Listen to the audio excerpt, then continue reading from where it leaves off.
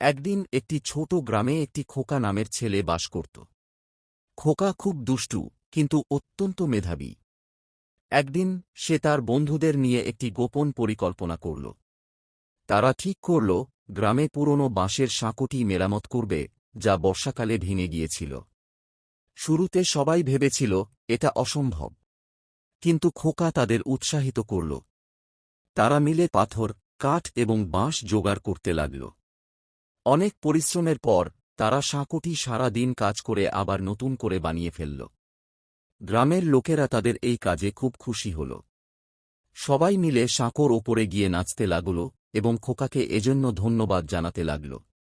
খোকা বুঝতে পারল একতা ও সহযোগিতায় সবকিছু সম্ভব। সেই দিন থেকে গ্রামবাসীরা একে অপরের সাহায্যে সুন্দর সময় কাটাতে শুরু করল। এভাবেই খোকা ও তার বন্ধুদের উদ্যোগ পুরো গ্রামটিকে বদলে